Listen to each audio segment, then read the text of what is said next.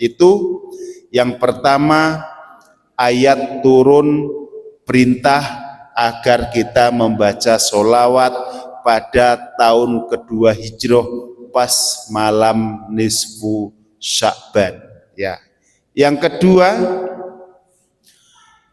turun ayat perintah agar Nabi Muhammad Shallallahu Alaihi Wasallam memalingkan arah kiblatnya ketika sholat. Yang pertama, ada perintah Nabi disuruh sholat menghadap Baitul Maqdis. Ya. Kemudian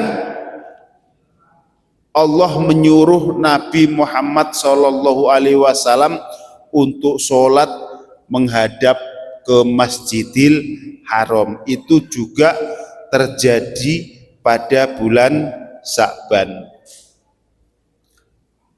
Di dalam ayat qad nara taqallubu wajhika fis sama' falanuwalliyannaka kiblata taroha. Kata Allah Subhanahu wa ta'ala, aku sering melihat engkau mengenadahkan wajahmu ke arah langit, ya. Kemudian fawalli wajhaka satrul masjidil haram wa haitsu ma kuntum fawallu wujuhakum satro. Ini adalah perintah Nabi ketika melaksanakan sholat suruh menghadap kiblat yaitu Masjidil Haram. Ini terjadi pada bulan Sya'ban. Ya, jadi di dalam bulan Sya'ban banyak terjadi kejadian-kejadian besar.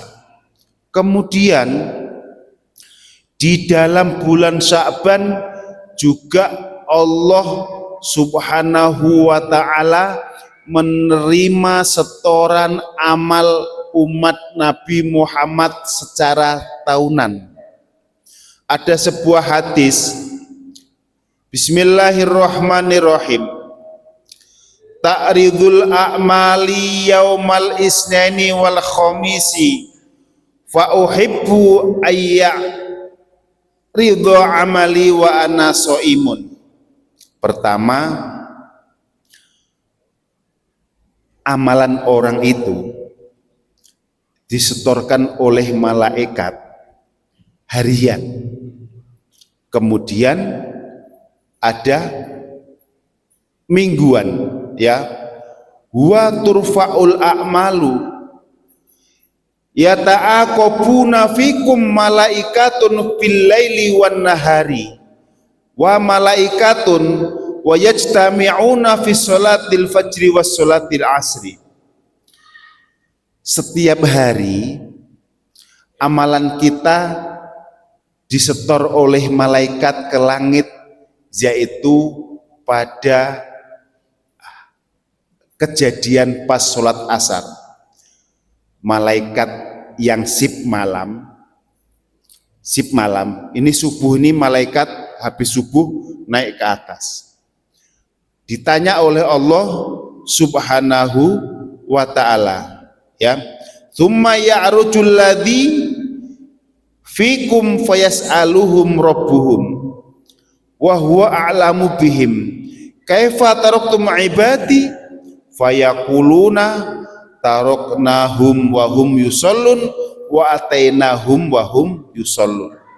Di dalam hadis ini, ketika malaikat yang sip malam pada subuh hari, malaikat naik melaporkan amalan-amalan manusia, dan malaikat yang sip siang pada waktu asar naik kepada Allah Subhanahu wa ta'ala untuk melaporkan amalan umat Nabi pada siang hari. Kemudian Allah berkata kepada malaikat, ya malaikat, ketika engkau tinggalkan, sedang apa para hambaku umat Nabi Muhammad Shallallahu Alaihi Wasallam? Malaikat berkata, ya Allah, ketika subuh tadi saya tinggalkan, umat Muhammad yaitu hambamu sedang melaksanakan sholat subuh. Begitu juga yang malaikat sip siang lapor kepada Allah, ya Allah, ketika aku tinggalkan umat Nabi Muhammad Shallallahu Alaihi Wasallam juga sedang melaksanakan sholat. Itu makanya kita perlunya sholat subuh. Malaikat paling getol mengontrol manusia di dalam masjid. Ketika malaikat datang, kita sedang melaksanakan sholat, dilaporkan kepada Allah. Ketika malaikat meninggalkan kita untuk bergantian sip, kita juga sedang melaksanakan sholat. Itu makanya subuh dan waktu asar itu jangan sampai kita tidak melaksanakan sholat jamaah.